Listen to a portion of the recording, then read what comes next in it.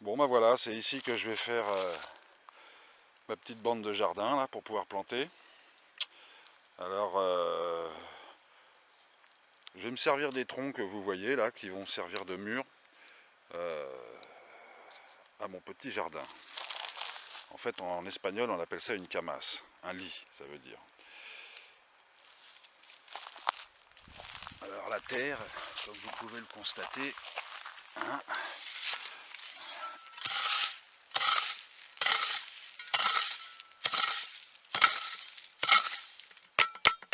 vous voyez, elle est toute sèche, toute dure. C'est du vrai béton ça. Donc quand il pleut, l'eau ça pénètre à peine dedans. Et comme le terrain est légèrement en pente, et ben l'eau s'en va. Donc on va faire un trou, hein, environ 20-30, suivant ce qu'on va trouver tomber en dessous. S'il y a des cailloux, des rochers, bref, une bande de la longueur des troncs qu'on voit derrière et de la largeur voilà, de ces petits troncs. Allez, c'est parti. Donc voilà, donc là j'ai mis le tronc, un bout des troncs qu'il y avait sur le côté là, qui va en fait être la largeur de mon petit jardin. Alors en premier temps, on enlève toutes les feuilles, hein, on met un peu la terre à nu.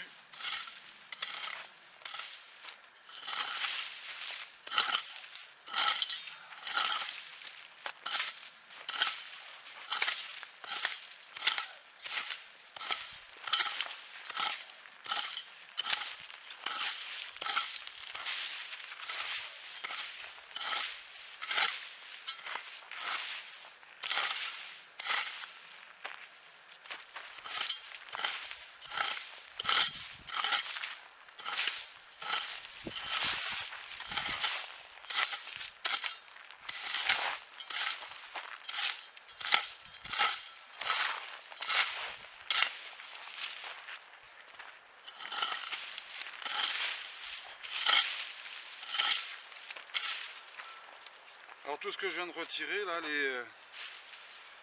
les herbes toutes sèches, tout ça c'est ce qu'on appelle de la matière carbonée. On les met de côté parce qu'on va s'en servir pour le compost ou pour faire du paillage. Mais plutôt du compost parce qu'il y a des graines encore dedans. Et si on fait du paillage, elle va se remettre à germer, il va y en avoir partout dans le... Bref, c'est pas bien grave non plus. Enfin, en tout cas, faut pas le jeter, faut le garder parce que ça, c'est ce qui va donner de la nourriture à tous les insectes, les petites bêtes et les bactéries, etc. qui normalement devraient vivre sur ce sol et qui n'y sont pas. Donc là, on va leur amener de la nourriture et les petits insectes et les bactéries, les microbes, tout ça, ils vont transformer cette herbe toute sèche là pour faire des éléments nutritifs pour nourrir la terre. Voilà.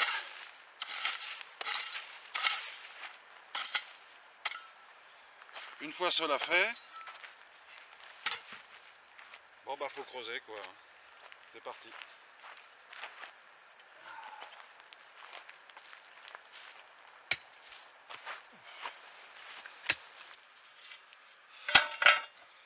Alors voilà, là j'ai enlevé un peu de terre. Alors ce que je vais faire, c'est que je vais la trier.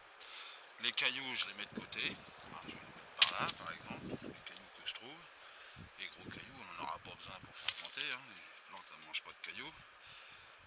Les petits bouts de bois, on peut les enlever. Et la terre que j'ai commencé à creuser. Là, j'ai dû creuser, allez, à peine 25 cm.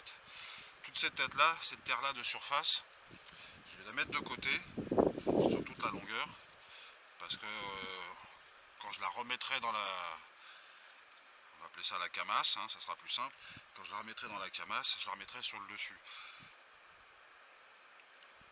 Parce qu'une fois que j'aurai enlevé toute cette terre, ce qui va rester en dessous, je vais à la pioche, je vais aérer encore sur 15-20 cm à peu près la terre, afin qu'il y ait de l'air qui circule, et puis que quand on arrosera, eh ben, l'eau elle ira un peu plus profond que 3 ou 4 cm de la surface de la terre. Et comme en plus de ça on va rajouter du fumier, du compost, de la matière, ça va, va nourrir le sol, quoi. Donc c'est parti.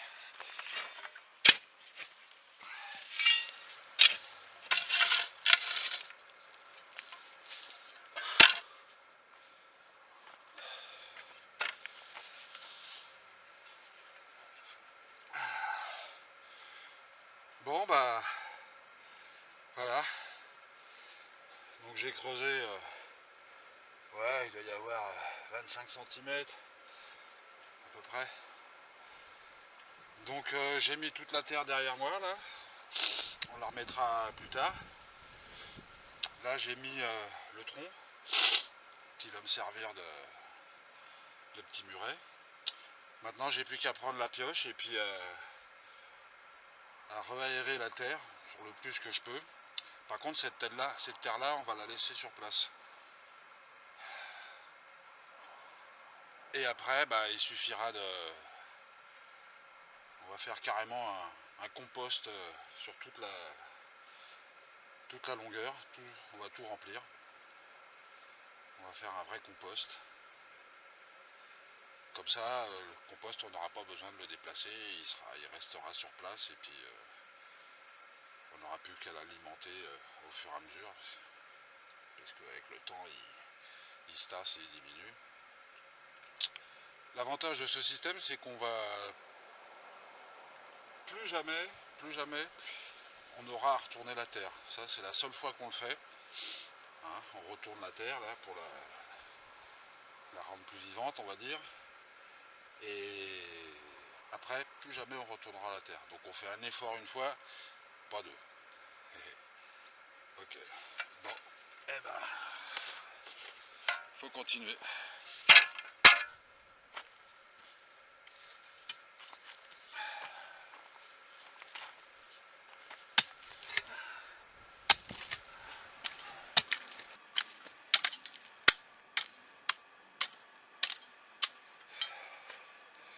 Donc voilà.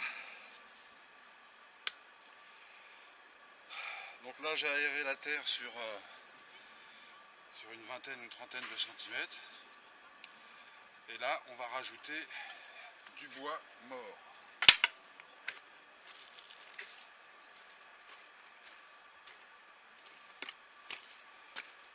Alors pourquoi du bois mort? Parce que ça va permettre de nourrir, donner à manger tout un tas d'insectes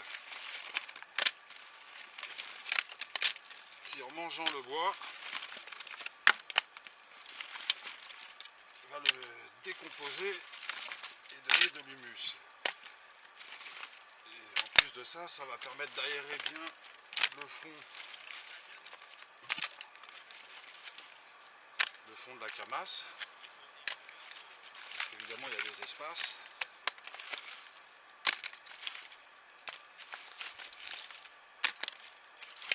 Comme ça, le fond de la camasse, là où il y aura tout le compost, on va essayer de le monter jusque là à peu près. On voit à peu près jusque là. Et ben, il sera bien aéré et voilà. Bien prendre du bois vraiment sec. Et celui-là, il est même complètement sec. Bois vert, pas trop, parce que ça risque de fermenter, ça risque de... C'est pas terrible.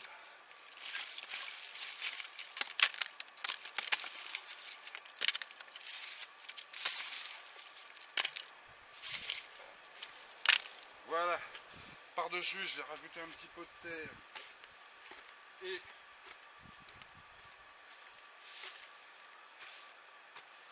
du fumier de cheval. Alors celui-là, il est, comme vous le voyez, il est pas frais, hein, il est tout sec. Hein. Il a déjà quelques mois qu'il est sorti des fesses du cheval, on va dire. Hein. Alors ça, c'est de la matière organique. Hein, il faut savoir que le fumier de cheval, c'est parmi les fumiers, c'est celui qui contient le moins d'azote. Alors que par exemple, le fumier de mouton ou de poule, par exemple, il est très fort en azote. Et il décompose fortement. Là, on est au fond, c'est que du bois qui est déjà mort. Bon, il n'y a pas besoin de mettre un fumier extrêmement fort en azote. Voilà. On rajoute un peu de terre pour boucher les trous. Et la terre, c'était la terre qu'il y avait là. Et je l'ai passé au tamis pour enlever les cailloux. Parce qu'il y avait vraiment trop de cailloux là-dedans. Voilà.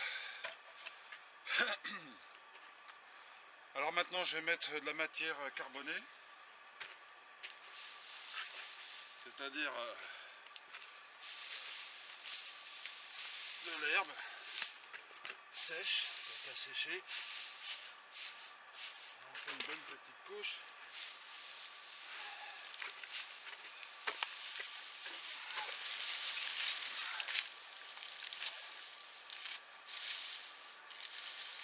Vous voyez là,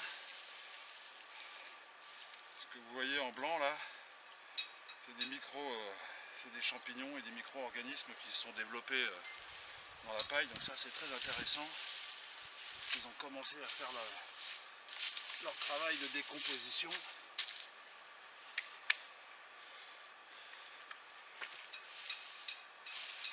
Voilà.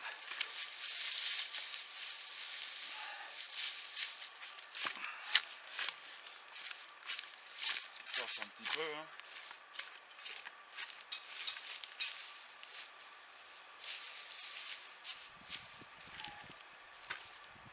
Voilà. Alors par-dessus, on va mettre de la matière organique. En l'occurrence, là, c'est du fumier de mouton.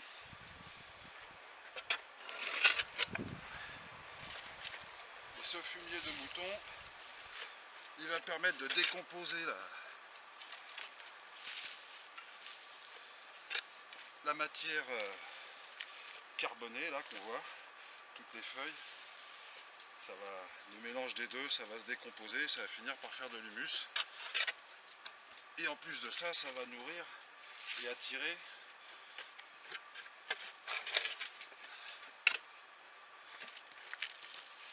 tous les insectes, les acariens, les microbes, etc. qui vont se nourrir de tout ça et qui vont transformer la matière carbonée et la matière organique en humus.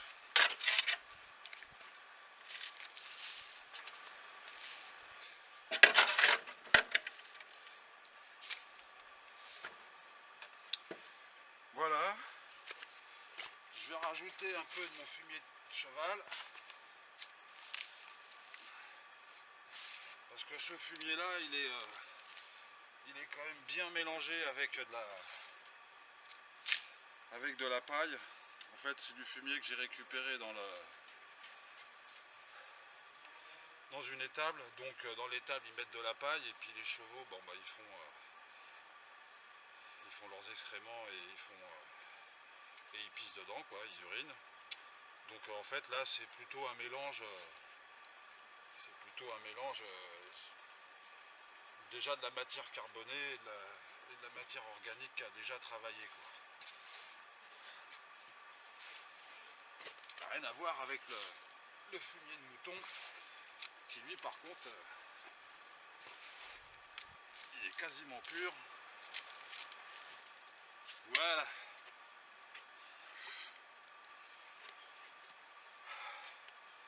Bon, bah, il n'y a plus qu'à recommencer, remettre de la matière carbonée. Et on fait des couches, comme ça, successives. Un coup de matière carbonée, un coup de matière organique, du fumier de... Là, c'est du mouton et du fumier de cheval. Mais ça peut être du fumier de vache. Ou voire du fumier d'humain, hein, si vous faites des toilettes sèches. Vous laissez bien décomposer les excréments humains. Par contre, si vous faites des toilettes sèches, pour les humains, il faut séparer c'est mieux de séparer les excréments des urines. Les urines, on s'en sert un peu autrement. Vous gardez que les excréments humains, ça fait comme du fumier d'animaux, si vous voulez, et vous en servez pareil, quoi. Il y a quelques précautions à prendre au niveau des excréments humains, mais je vous expliquerai ça après. Alors la matière carbonée, là, elle est sèche, parce que c'est celle que j'ai sous la main, mais vous pouvez mettre des déchets végétaux qui sont encore verts, quoi, hein, parce qu'il y a encore de l'eau, donc il y a encore de l'eau dedans. Et pour que le compost puisse se faire, il faut qu'il y ait un minimum d'humidité. Et donc voilà, alors les déchets de cuisine, les restes de culture, tout et n'importe quoi, en verre ou en sec. Mais là, comme c'est de la matière végétale qui est sèche, je vais quand même rajouter de l'humidité dedans, de l'eau, quoi, pour pouvoir aider le processus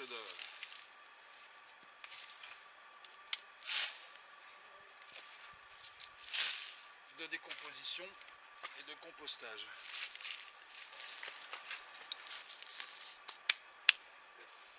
Ce qu'on peut rajouter,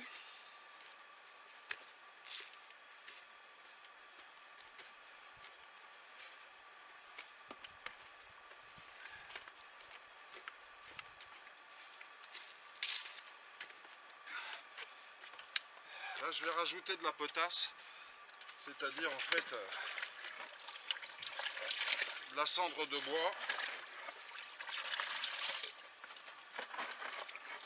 que j'ai mélangé avec de l'eau.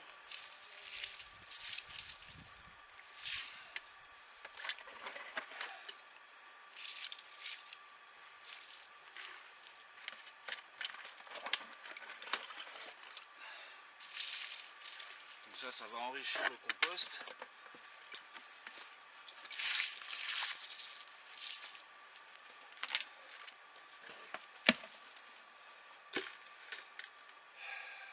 Un petit peu de terre.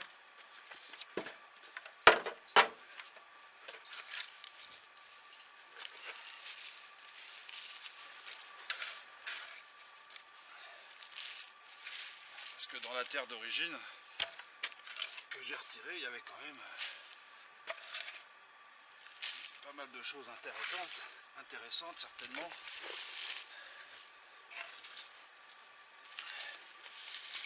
Qui va permettre d'enrichir notre compost. Notamment de l'argile. Hein. Il y a de l'argile. Hein. C'est un petit peu d'argile, c'est toujours intéressant parce que dans l'argile il y a de la silice. Et la silice, c'est très bien. Voilà. Donc il n'y a plus qu'à continuer. Hein. Remettre de la matière sèche, du fumier de cheval, du fumier de mouton, parce que moi c'est ce que j'ai. Un peu de cendre de bois, soit dilué dans l'eau, soit pas dilué dans l'eau, que vous pouvez jeter dessus. Vous pouvez rajouter des purins, si vous faites du purin d'ortie, du purin de consoude ou des purins de plantes diverses, hein, pour enrichir ce compost. Et puis voilà, donc là je vais le monter pour que ça fasse une butte jusque là, Avec le temps, ça va se décomposer, donc ça va descendre. Il faudra rajouter une ou deux couches. Et d'ici un petit mois, là, je retournerai le compost pour pouvoir voir un peu comment il s'est transformé, comment il a évolué. Voilà.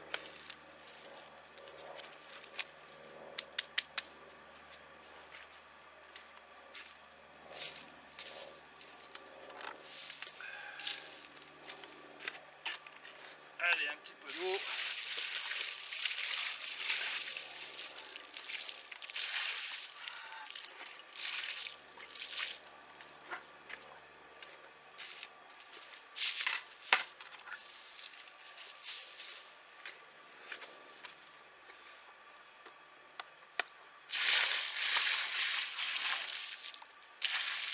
Voilà.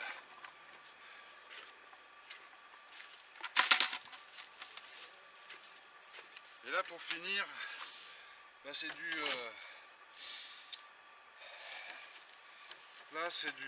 c'est un mélange que j'ai fait avec du fumier de cheval qui était frais. J'ai mis ça dans un grand seau, comme le grand seau noir que vous avez vu tout à l'heure là. J'ai mis de l'eau dedans et j'ai mélangé de l'urine d'humain quoi, pour avoir un fort taux d'azote. Donc là c'est très concentré, hein. Ça faut pas mettre ça sur vos plantes parce que ça va tout brûler, hein. Par contre pour le compost, là c'est intéressant parce que là c'est ce qu'on cherche. On cherche à tout décomposer.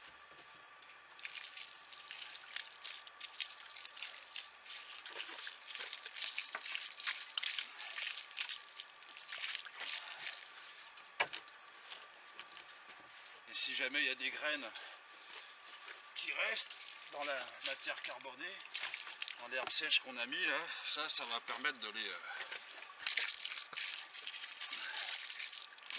empêcher qu'elles germent parce que ça va tout brûler en fait. Et par contre les insectes qui vivent sous terre, eux,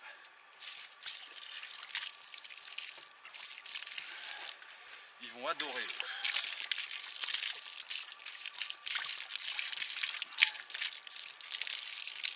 Et voilà. Donc il n'y a plus qu'à continuer les couches. Une couche de matière carbonée, une couche de matière organique, un peu de cendre de temps à autre, etc. etc., etc. Bon ben voilà, on continue.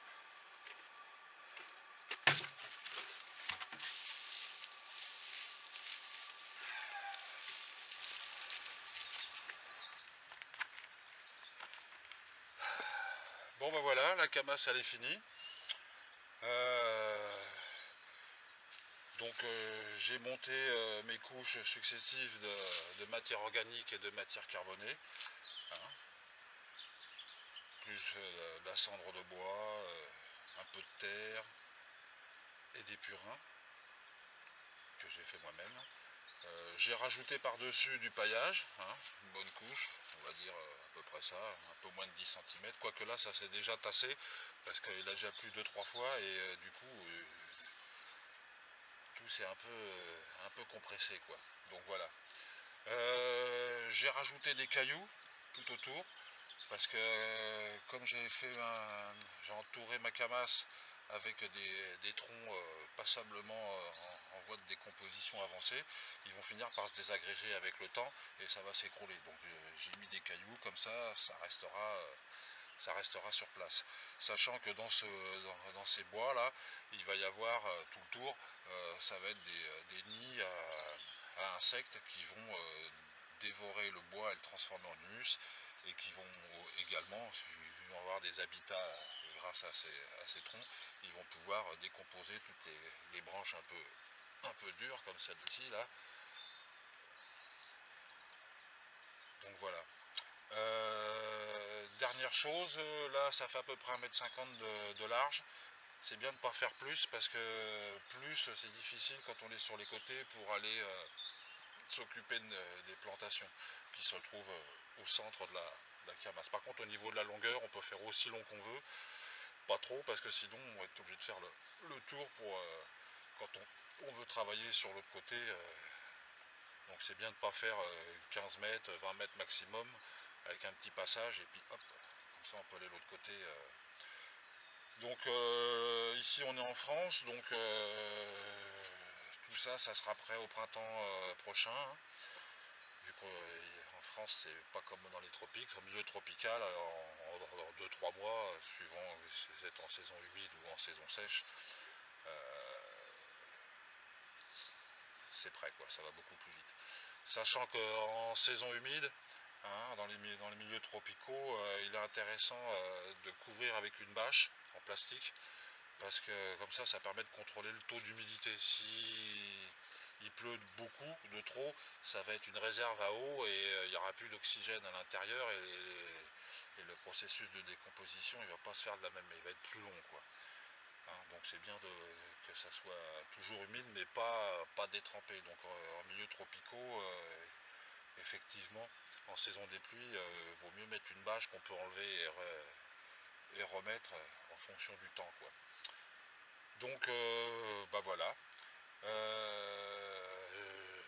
Ce qui vous reste plus à faire, c'est voir la vidéo qui concerne la fabrication de l'humus.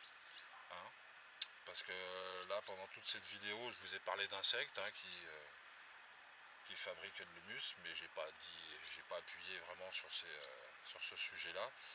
Donc, allez voir la deuxième vidéo que j'ai faite qui parle de la fabrication de l'humus. Donc, de toutes les sortes d'insectes qui font que la terre puisse être toujours riche en nutriments pour que la végétation pousse. Voilà. Si vous avez besoin de plus d'informations, hein, n'hésitez pas à aller sur le site hein, de l'association www.ada-ase.com. Il y a tout un tas de documents téléchargeables. En étant membre, on a accès à des documents beaucoup plus complets. En général 25 ou 30 pages, hein, donc c'est des trucs plus costauds quoi. Qui concerne l'autonomie alimentaire et économique, donc l'agriculture, hein, comme je viens de vous montrer là, mais aussi les énergies renouvelables, comment on fabrique du savon, les presses à huile, des documents sur les plantes, hein, leurs utilités médicinales, bêtement utilitaires et alimentaires, etc. etc. Si vous avez des questions, vous n'hésitez pas à m'envoyer un petit email et puis on essaiera d'y répondre le plus rapidement possible. Voilà. Bon, bah j'espère que j'ai été assez clair. Allez, à plus.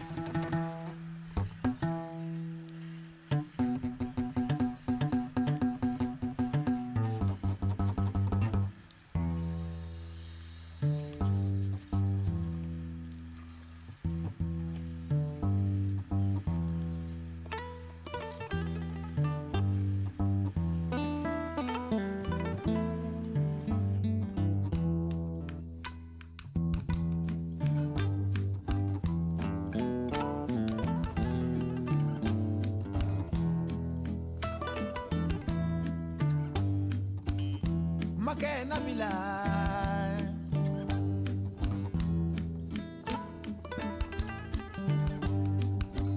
Makengi kana bila